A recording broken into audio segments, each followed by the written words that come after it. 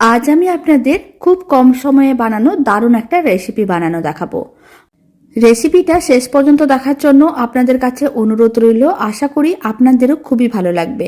আর খুব কম সময় মাত্র কয়েকটি উপকরণ দিয়ে বানানো যায়।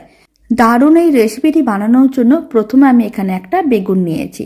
এরকম একটু বড় সাইজের একটা বেগুন নিয়েছি। আপনারা চাইলে বেগুনের পরিমাণটা বাড়িয়েও নিতে পারেন। এবার প্রথমে পেছনের অংশটা কেটে বাদ দিয়ে দিতে হবে। তারপরে বেগুনটাকে একটু মোটা করে কাটতে হবে। আপনারা ছোট বা বড় যেরকমই মন চায় সেরকম করে কেটে নিতে পারেন।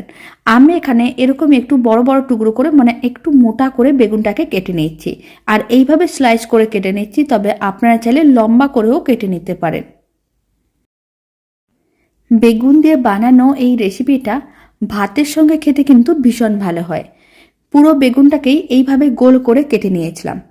এবার আমি পেছনের অংশটা যে কেটে নিয়েছিলাম আগে থেকে সেটা বাদ দিয়ে দিলাম। আর এই বেগুনের স্লাইসগুলোকে একটা মিক্সিং বোলে তুলে নিতে হবে। সমস্ত টুকরোগুলো একসঙ্গে তুলে নিয়েছি। তারপরে মিক্সিং বোলের মধ্যে দিয়ে দিচ্ছি বেশ কিছুটা পরিমাণ জল। আর বেগুনের টুকরোগুলোকে খুব ভালো করে জল দিয়ে 3-4 বার ধুয়ে নিতে হবে, যাতে কোনো রকমের ময়লা না থাকে। 3 বারের মতন জল দিয়ে বেগুনের টুকরোগুলোকে খুব ভালো করে ধুয়ে নিয়েছিলাম। তারপরে জলটা ফেলে দিয়েছি। এবার আমি দিয়ে দিচ্ছি কিছুটা পরিমাণ লবণ। এখানে আমি 4 চামচের 3/1 লবণ দিলাম। আর 1 চিমটের মতন দিয়ে দিচ্ছি হলুদ গুঁড়ো। খুব ভালো করে লবণ ও হলুদ গুঁড়োটা খুব ভালো করে মিশিয়ে নিতে হবে। বেগুনের প্রত্যেকটা টুকরোর সঙ্গে লবণ ও হলুদ গুঁড়োটা খুব ভালো করে মেখে নিতে হবে। লবণ ও হলুদ গুঁড়োটা খুব ভালো করে মিশিয়ে নিয়েছিলাম। বেগুনের টুকরোগুলোকে এক সাইডে রেখে দিয়েছি। এবার একটা কড়াইকে গ্যাসের ওভেনের ওপরে বসিয়ে দিয়েছি। কড়াইয়ের মধ্যে দিয়ে দিচ্ছি বড় চামচের 4 চামচ সর্ষের তেল। রান্নাটা সর্ষের তেলে করলে খেতে কিন্তু অনেক বেশি ভালো হবে, তবে আপনারা চাইলে সাদা তেলেও করতে পারেন। তেলটা যখন গরম হয়ে যাবে তখন আমি বেগুনের টুকরোগুলো দিয়ে দিচ্ছি। আর ফ্লেমটা এই সময় লোতে করে দিলাম। লো ফ্লেমে প্রথমে গরম তেলের মধ্যে বেগুনের টুকরোগুলো দিয়ে দিতে হবে।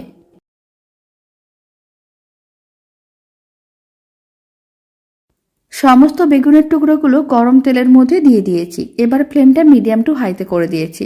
প্রায় 2 মিনিট এইভাবে রেখে দিয়েছিলাম। একটা দিক বেশ লাল হয়ে ভাজা হয়ে গেছে। এবার বেগুনের টুকরোগুলোকে উল্টে পাল্টে নিতে হবে, উল্টো দিকটাকেও একইভাবে হালকা লাল করে ভেজে নিতে হবে। ফ্লেমটা মিডিয়ামে করে দিলাম। মিডিয়াম ফ্লেমে আরও 2 মিনিটের মতন বেগুনের টুকরোগুলোকে ভেজে নিতে হবে।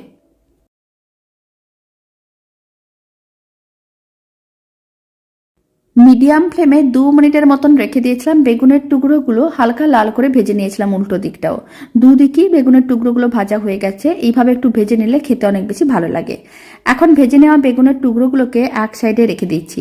আর এইভাবে বেগুন ভাজার সময় যদি একটু বেশি করে সর্ষের তেল দেওয়া হয় তাহলে কিন্তু বেগুনের টুকরোগুলো খুব বেশি তেল শোক করতে পারে না। আর বেগুনগুলো ভাজিতেও অনেক সুবিধা হয়। সমস্ত বেগুনের টুকরোগুলোকে তুলে একটা প্লেটের মধ্যে নিয়ে নিচ্ছি। এবার ফ্লেমটা অফ করে দিলাম। আর বেগুনের টুকরোগুলোকে এক সাইডে রেখে দিতে হবে। এখন একটা মিক্সির জারকে গ্যাসের ওভেনের ওপরে বসিয়ে দিয়েছি। মিক্সির জারের মধ্যে দিয়ে দিচ্ছি 4 চামচের 3 চামচের মতন পোস্ত। আর দিয়ে দিচ্ছি 2টো কাঁচা লঙ্কা। আর দিয়ে দেবো কিছুটা পরিমাণ জল। তারপরে খুব ভালো করে পেস্ট করে নিতে হবে। মিশ্রণটা একেবারে মসৃণ করেই রেডি করতে হবে। ঝালটা যদি আপনাদের বেশি পছন্দ হয় তাহলে আপনারা অবশ্যই বেশি পরিমাণ ঝাল দিতে পারেন। কাঁচা লঙ্কা দিয়ে পোস্তগুলোকে খুব ভালো করে পেস্ট করে নিয়েছিলাম। মিশ্রণটা একেবারেই রেডি। এবার মিশ্রণটা একটু দেখিয়ে দিচ্ছি। আপনারা দেখুন মিশ্রণটা কিন্তু একেবারেই মসৃণ। এইভাবেই কিন্তু পোস্তগুলোকে পেস্ট করে নিতে হবে। এখন এই পোস্ত বাটাটাকে একটা টিফিন বক্সের মধ্যে নিয়ে নিতে হবে। পুরো পোস্ত বাটাটাই একসঙ্গে টিফিন বক্সের মধ্যে নিয়ে নিয়েছি। আর মিক্সির জারের মধ্যে বেশ কিছুটা পরিমাণ মিশ্রণ থেকে যায়, তাই মিক্সির জারের মধ্যে আবারও কিছুটা পরিমাণ জল দিয়ে দিতে হবে। আর খুব ভালো করে ধুয়ে নিতে হবে। আর মিক্সি ধোয়া জলটাও দিয়ে দিচ্ছি। আর এই দারুণ স্বাদের রেসিপিটা আমি সম্পূর্ণ নিরামিষভাবে বানানো দেখাচ্ছি। এতে রান্নাটা যে কোনো দিন বানানো যায় আর খেতেও ভীষণ ভালো হয়। এখন আমি পুরো জলটাই দিয়ে দিলাম। এবার আমি মিশ্রণটির মধ্যে দিয়ে দিচ্ছি সর্ষে পাউডার। আর এখানে আমি 4 চামচের 1.5 চামচের মতন সর্ষে পাউডার দিচ্ছি। সর্ষে পাউডারটা খুব বেশি দেওয়ার দরকার নেই। এইভাবে 1.5 চামচের মতন সর্ষে পাউডার দিয়ে দিতে হবে। আর আপনারা চাইলে পোস্তর সঙ্গে সর্ষেটা পেস্ট করেও নিতে পারেন। এবার আমি দিয়ে দিলাম অল্প একটু লবণ, খুব বেশি না, সামান্য পরিমাণ লবণ দিলাম, মানে স্বাদ অনুযায়ী। আর অল্প একটু চিনি দিলাম। যে কোনো ঝাল জাতীয় রান্নায় অল্প একটু চিনি দিলে খেতে অনেক বেশি ভালো হয়। আর দিয়ে দিলাম কিছুটা পরিমাণ লঙ্কার গুঁড়ো। আপনারা চাইলে হলুদ গুঁড়োও দিতে পারেন, তবে হলুদ গুঁড়োটা আমি দিলাম না, যদি হলুদের গন্ধ থেকে যায়, তাই আমি এখানে শুধুমাত্র লঙ্কার গুঁড়োটা দিলাম। তবে আপনারা চাইলে 1 চিমটের মতন হলুদ গুঁড়ো দিতে পারেন। যেহেতু বেগুনগুলোকে আমি আগে থেকে লবণ হলুদ মেখে ভেজে রেখেছিলাম, আর বেগুনের টুকরোগুলো ভেজে নেওয়ার পরে যে তেলটা বেশি হয়েছিল সেটা আমি টিফিন বক্সের মধ্যে দিয়ে দিলাম। খুব ভালো করে একসঙ্গে মিশিয়ে নিতে হবে। আপনারা চাইলে এমনি সর্ষের তেলও দিতে পারেন, তবে ভেজে নেওয়া সর্ষের তেলটা দিলে খেতে কিন্তু অনেক বেশি ভালো লাগবে। খুব ভালো করে মিশিয়ে নিতে হবে। যখন সমস্ত উপকরণগুলো খুব ভালো করে মেশানো হয়ে যাবে, তখন ভেজে রাখা বেগুনের টুকরোগুলো টিফিন বক্সের মধ্যে দিয়ে দিতে হবে। আর এইভাবে একটু উল্টে পাল্টে নিতে হবে, যাতে মশলাগুলো খুব ভালো করে মিশে যায়।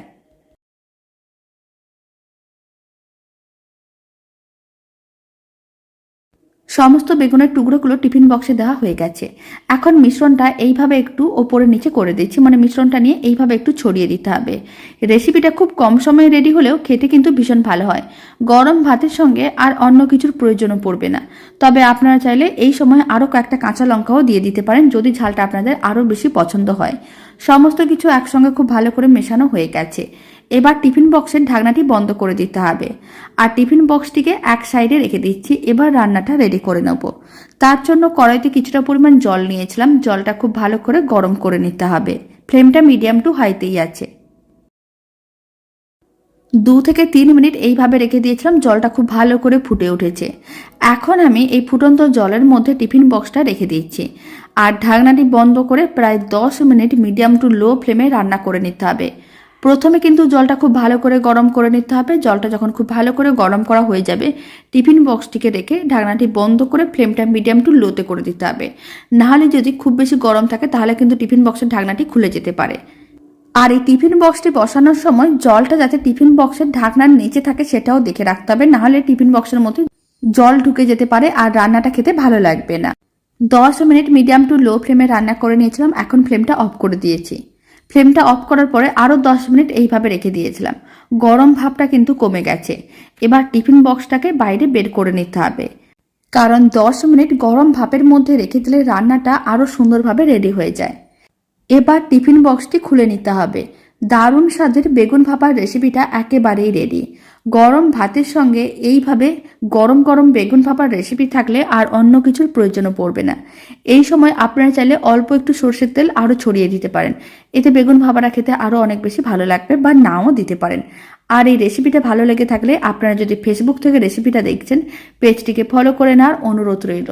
ইউটিউব থেকে দেখলে চ্যানেলটি সাবস্ক্রাইব করে নেওয়ার অনুরোধ রইল। পাশে থাকা বেল আইকনটি প্রেস করে নেবেন নতুন রেসিপির আপডেট সবার আগে পাওয়ার জন্য। আর বাড়িতে এইভাবে বেগুন ভাপার রেসিপিটা বানালে কমেন্ট বক্সে জানাতে একেবারেই ভুলবেন না খেয়ে আপনাদের কেমন লাগলো।